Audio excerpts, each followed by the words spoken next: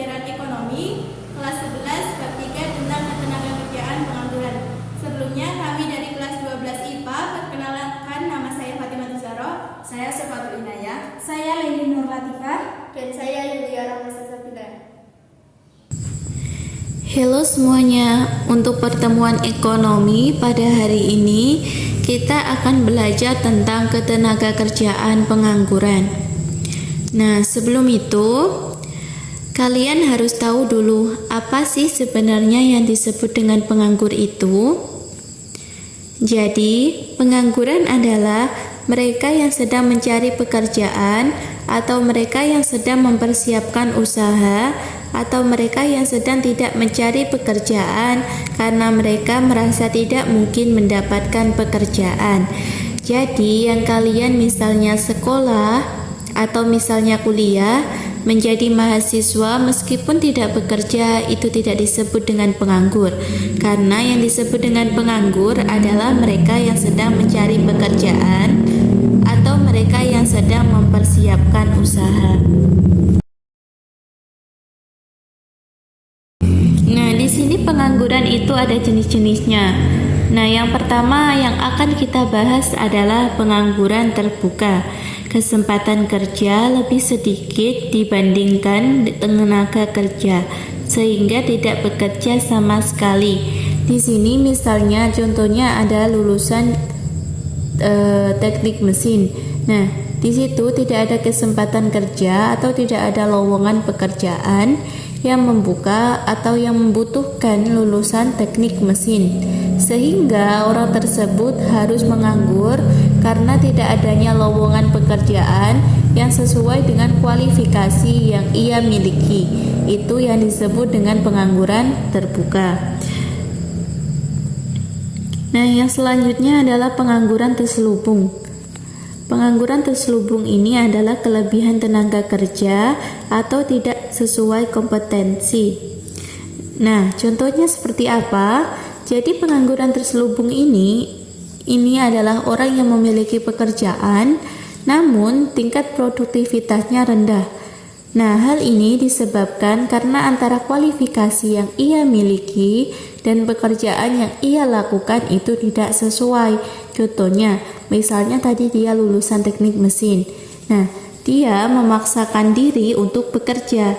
Ada lowongannya itu misalnya untuk posisi marketing. Dia mencoba untuk bekerja di posisi tersebut.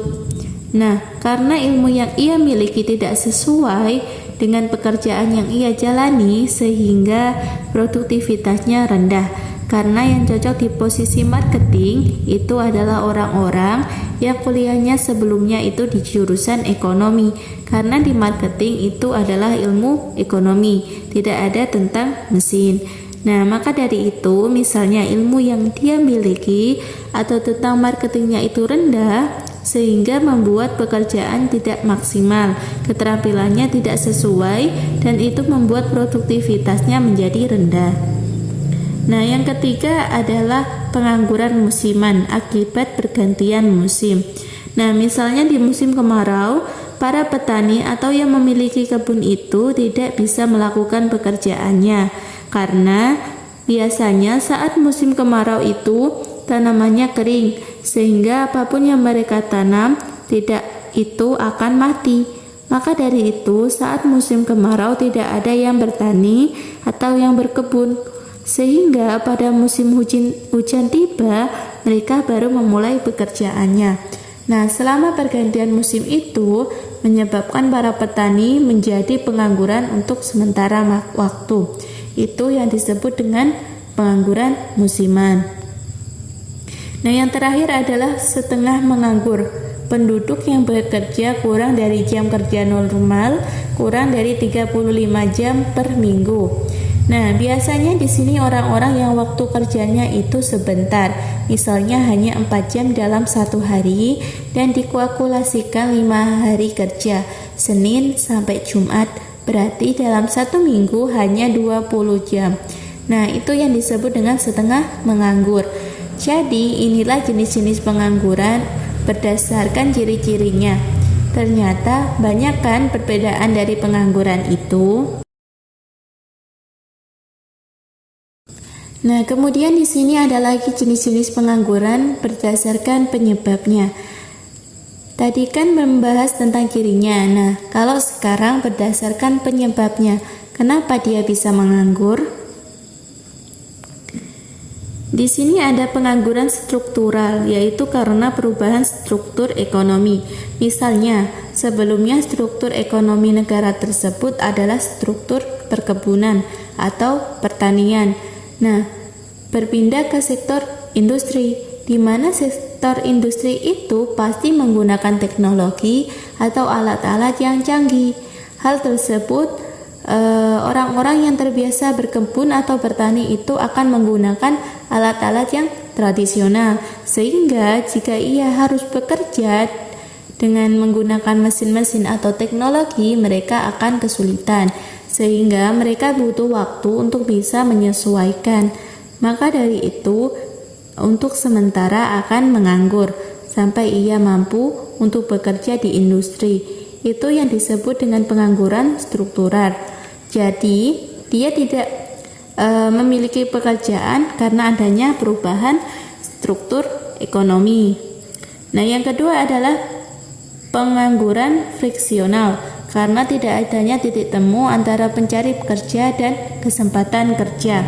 Nah, ini sering terjadi di wilayah-wilayah terpencil. Ada orang-orang yang tinggalnya di pedesaan, dia memiliki kemampuan, namun untuk lowongan pekerjaannya itu tidak sampai ke wilayah mereka. Jadi mereka tidak mengetahui adanya lowongan pekerjaan di suatu tempat. Nah, itu yang disebut dengan pengangguran friksional, yaitu karena tidak adanya titik temu antara mencari pekerja dan kesempatan kerja. Nah, yang ketiga adalah pengangguran siklikal, yaitu karena menurunnya kegiatan ekonomi. Misalnya bisa terlihat sekali di saat pandemi ini ya, banyak perusahaan yang omsetnya menurun sehingga ia terpaksa harus memutuskan hubungan kerja dengan karyawannya. Jadi misalnya karyawannya itu ada 100 orang. Karena produk yang mereka jual itu semakin berkurang peminatnya, maka dari itu jika mereka harus tetap menggaji 100 karyawan, dia akan semakin merugi. Maka dari itu, mau tidak mau, ia harus memutuskan hubungan kerja atau mem-PHK sebagian karyawannya. Nah, itu yang disebut dengan pengangguran siklikal, yaitu karena menurunnya kegiatan ekonomi. Nah, yang terakhir ada pengangguran teknologi karena pergantian tenaga manusia dengan tenaga mesin. Misalnya untuk memproduksi suatu produk itu, jika dengan tenaga manusia itu membutuhkan 100 orang. Nah, sedangkan dengan tenaga mesin itu hanya membutuhkan 20 orang sebagai pengoperasi teknologi tersebut. Nah, sisanya itu mau tidak mau harus di PHK. Nah, itu yang disebut dengan pengangguran teknologi. Jadi, jenis-jenis pengangguran itu berdasarkan penyebabnya itu berbeda-beda ya. Nah, di sini kita akan mempelajari dampak pengangguran itu apa saja sih? Nah, jadi pengangguran ini menjadi masalah klasik dalam ketenaga kerjaan. Nah, jadi pengangguran ini tuh bukan hanya berdampak pada ekonomi saja, tapi bisa ke hal-hal yang lainnya. Nah, yang pertama ekonomi. Nah, dari adanya atau banyaknya pengangguran dengan tingginya pengangguran itu dapat menyebabkan turunnya pendapatan nasional dan pendapatan per kapita dan berkurangnya penerimaan negara akibat rendahnya pajak penghasilan. Nah, ketika banyaknya masyarakat itu tidak bekerja, mereka berarti tidak memiliki pendapatan, sehingga mengakibatkan turunnya pendapatan nasional dan pendapatan per kapita. Nah, itu yang dari sisi ekonominya. Nah, kita lihat dari sisi sosialnya. Nah, dari sisi sosial ini dapat memberikan beban psikologis bagi pengangguran dan meningkatkan angka kriminalitas. Loh, kok bisa gitu? Nah, contohnya banyak banget kan nih mereka orang-orang yang merasa tidak bisa bekerja karena misalnya kualifikasinya itu tidak sesuai. Mereka sulit mencari pekerjaan, tetapi mereka tetap membutuhkan uang. Maka dari itu misalnya mengakibatkan mereka melakukan tindakan kriminalitas, misalnya mencuri, bahkan sampai membegal. Nah, itu di sisi sosialnya. Nah, kita lihat di sisi pendidikannya.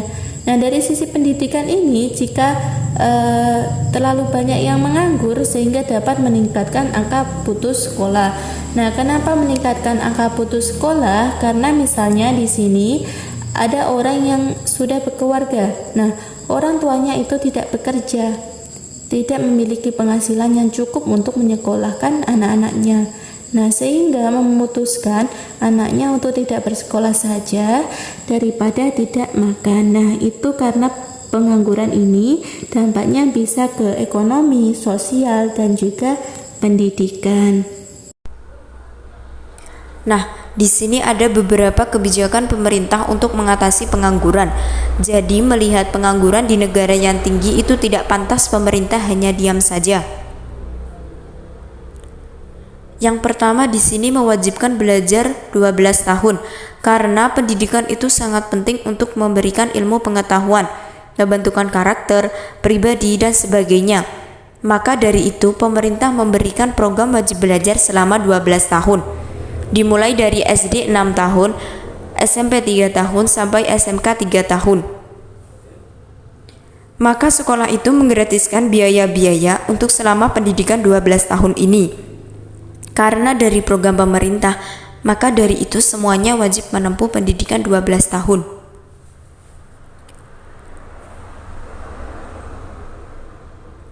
Kemudian di sini ada yang disebut program padat karya.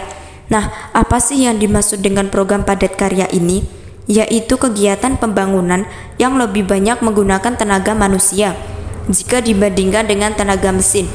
Nah, tadi ketika pekerjaan itu sedang susah menggunakan mesin, maka akan semakin banyak orang-orang yang di PHK dan berakhir menganggur. Maka dari itu, pemerintah mengadakan program padat karya di mana pekerjaan-pekerjaan itu dilakukan oleh tenaga manusia. Misalnya saat pembangunan jalan, jembatan, itu tidak sepenuhnya dengan teknologi mesin, tetapi juga tetap dengan tenaga manusia. Kemudian di sini juga ada kredit usaha rakyat. Nah, jadi program ini adalah untuk meningkatkan akses pembiayaan kepada usaha mikro kecil dan menengah atau disebut UMKM. Jadi kredit usaha rakyat ini adalah untuk membantu memberikan modal pada masyarakat yang ingin memiliki usaha. Tentunya di sini dengan bunga yang kecil sehingga masyarakat yang meminjam uang untuk modal usahanya itu tidak akan terlalu terbebani. Kemudian di sini juga ada pemberdayaan masyarakat. Apa sih pemberdayaan masyarakat itu? Pemberdayaan masyarakat adalah upaya pengembangan kemandirian dan kesejahteraan masyarakat dengan meningkatkan pengetahuan, sikap, keterampilan, perilaku, kemampuan, kesadaran, serta memanfaatkan sumber daya. Biasanya nih yang di desa-desa untuk ibu-ibu, kebanyakan ibu-ibu rumah tangga yang tidak bekerja agar bisa memiliki penghasilan. Di sini pemerintah memberikan pelatihan-pelatihan, misalnya pelatihan membatik, membuat kerajinan tangan dengan menggunakan sumber daya yang ada di lingkungan sekitarnya, sehingga bisa menghasilkan suatu produk yang bisa dijual dan mereka akan bisa memperoleh pendapatan. Dan setiap harinya juga ada sesuatu yang dilakukan.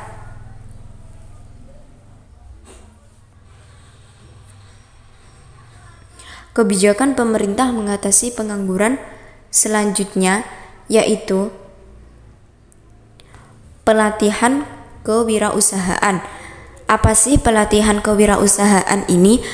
Pelatihan kewirausahaan ini untuk mendongkrak para wirausaha. Nah, program ini melibatkan penanaman dan pengembangan keterampilan wirausaha pada orang yang tertarik untuk menjadi wirausahawan. Nah, misalnya nih, nanti kalian setelah lulus SMA tertarik untuk menjadi wirausaha, tapi ilmu yang kalian miliki itu belum cukup kan? Nah, nanti pemerintah itu seringkali mengadakan seminar-seminar atau pelatihan-pelatihan untuk para wirausaha. Dengan adanya wirausaha ini, itu baik karena bisa membuka lapangan pekerjaan Maka dari itu, pemerintah mengadakan pelatihan-pelatihan kewirausahaan untuk membantu para wirausahaan yang baru.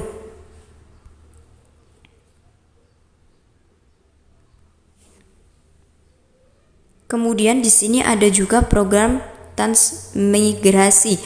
Nah, apa sih yang disebut program transmigrasi ini? Jadi, transmigrasi ini adalah suatu program yang dibuat oleh pemerintah Indonesia untuk memindahkan penduduk dari suatu daerah yang padat penduduk atau biasa dikenal dengan kota ke daerah lain yang biasanya di desa, begitu di dalam wilayah Indonesia. Maka dari itu, misalnya kayak sekarang nih, yang para pegawai negeri sipil itu dipusatkannya untuk penempatan di daerah agar adanya pemerataan. Nah, jadi orang-orang yang memiliki pendidikan dan keterampilan ini bisa ikut membantu membangun daerah-daerah yang seperti di desa.